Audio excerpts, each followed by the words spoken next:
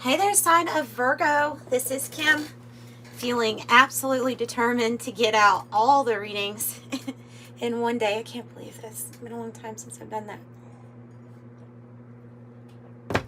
I'm happy about that. I like to have them all out at once, actually. So what I'm going to do is take a look at your next 3 day. As you know, the energies are always shifting and changing, and so any kind of insight that we can get is beneficial at this time.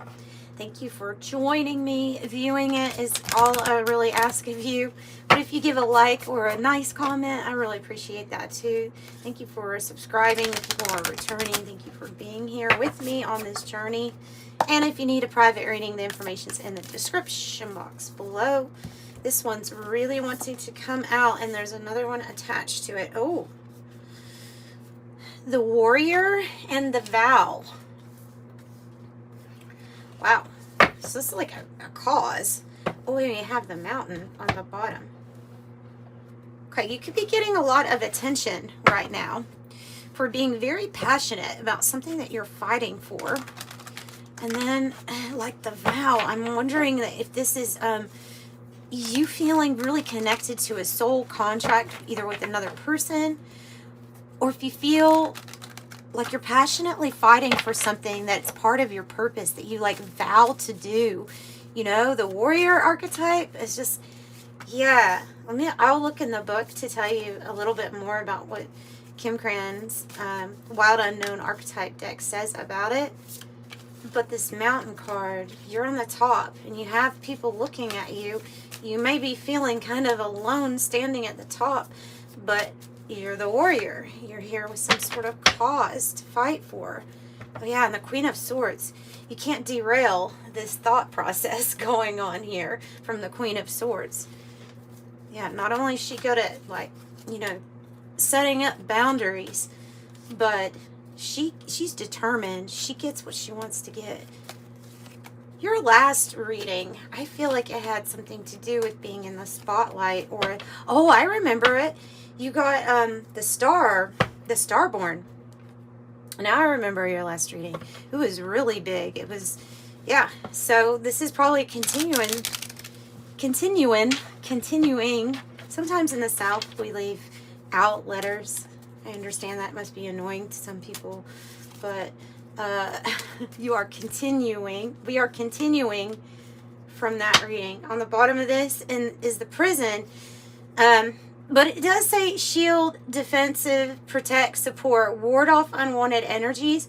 If somebody's trying to get into your headspace, make you extra worried about something, or feel like you should doubt yourself in any way, that can be the energy of the prison card, of being like in your head. Don't allow anybody to get to your head. Let's see. The warrior, the samurai, the soldier, the advocate. Wow. The deeper aspects of this bring us face to face with death itself. The warrior stands precariously on the edge of life and death, trusting the eternal to guide your sword's blade. The warrior's work requires presence, alignment, and purpose. If the warrior loses its center, meaningless confrontations and violence are the default response. So it is important to question the battle at hand. The actions that you take right now are going to stay with you long after. Fierce clarity, yeah, that's the painter, the Queen of Swords up there. Fierce clarity, purposeful action, resolve, and resilience. What is your, what is the true purpose? What are you fighting for? And then let me look at the vow.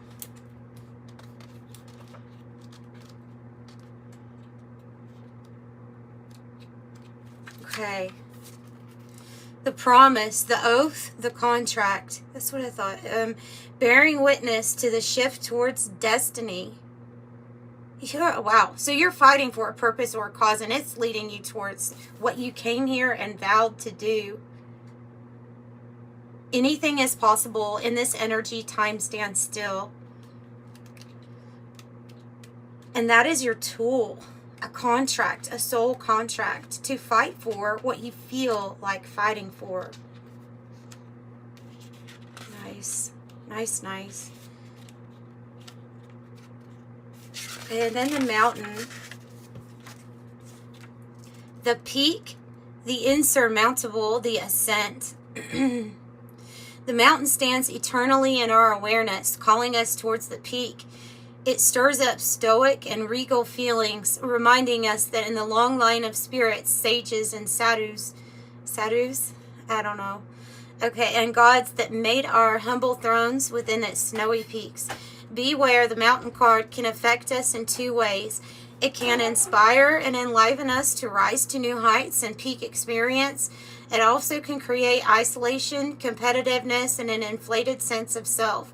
So standing upon its heights can activate the purist and the perfectionist in us.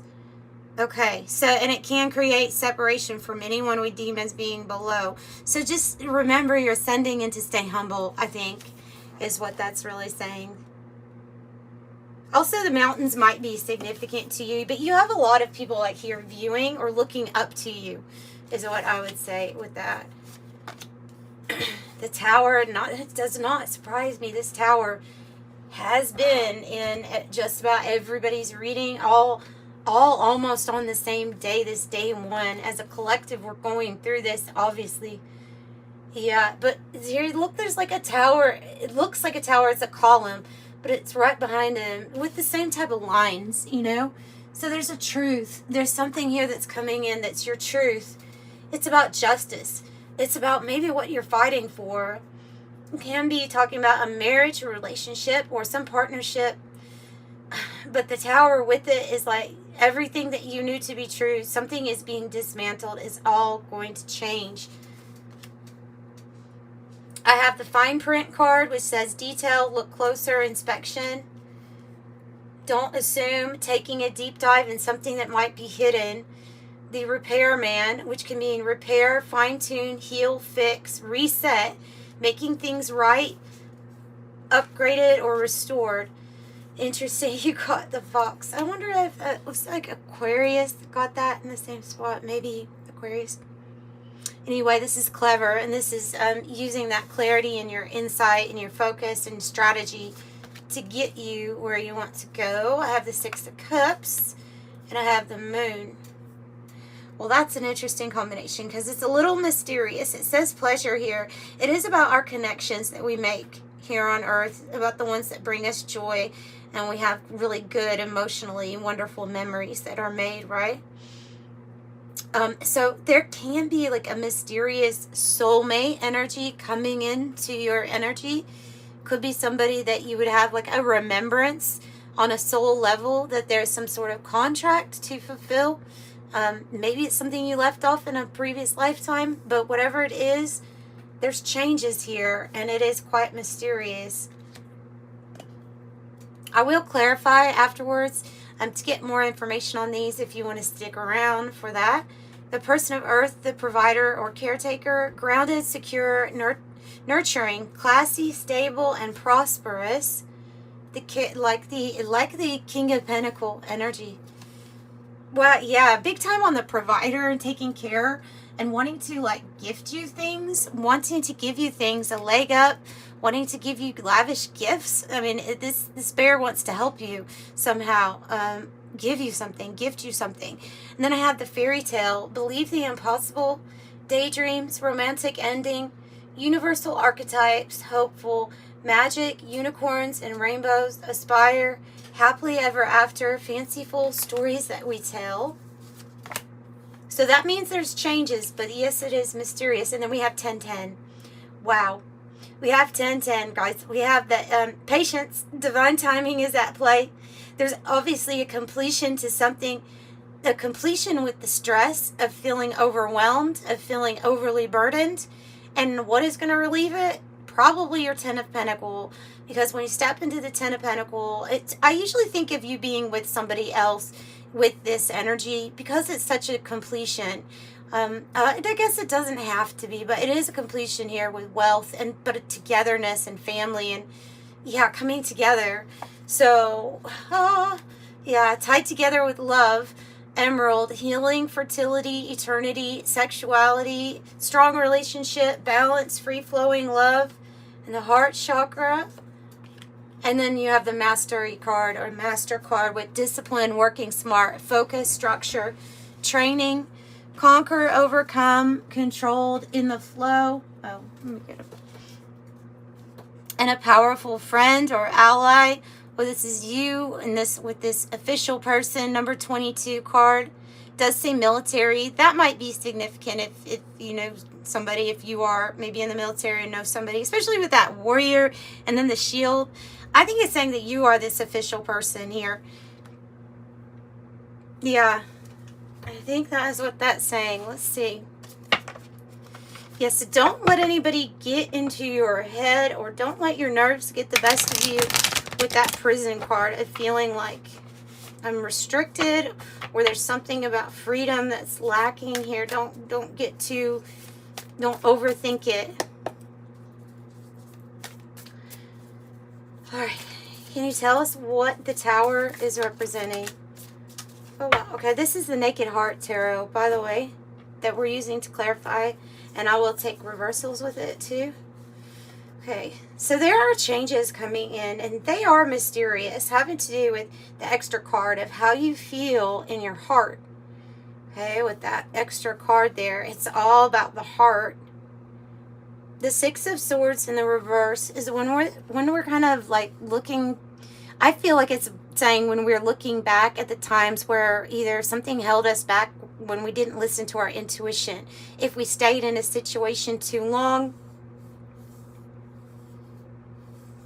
or didn't leave before a tower came, something like that. And then the moon again, mysterious changes. Perhaps you stayed in something that you're wondering why had you stayed in it so long, or it's like you're kicking yourself.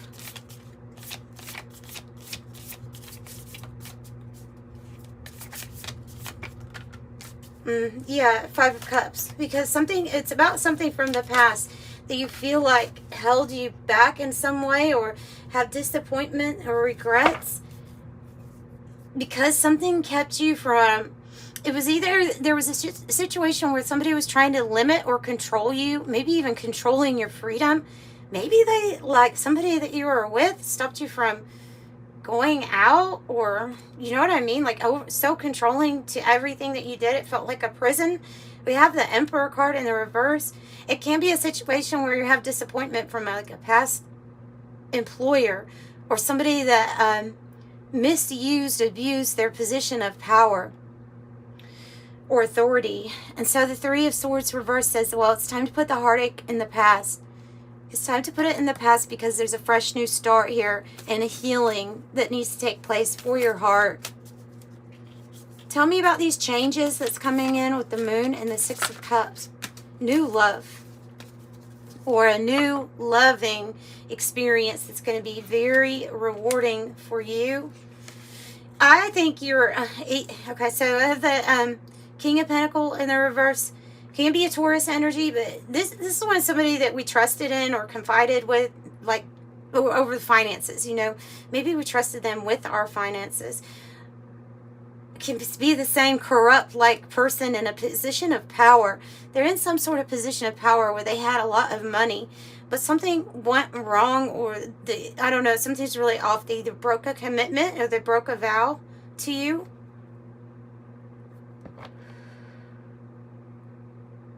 And now I think it's got you questioning of who you want to commit or give yourself so openly to.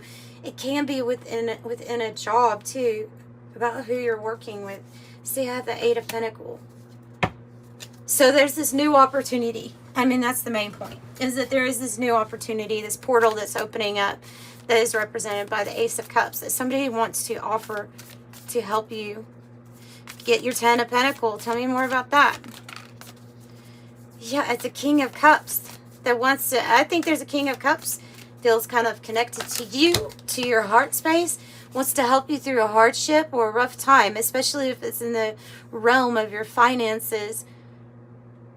Because the Five of Pentacles can be when we're feeling like we're lacking of something, and this is definitely saying, hang on, you're a master at something, or you have a really good skill or ability here, and it will be put to good use. You will overcome the hardship, the Five of Pentacles, because you will accumulate from this talent or this gift or this ability.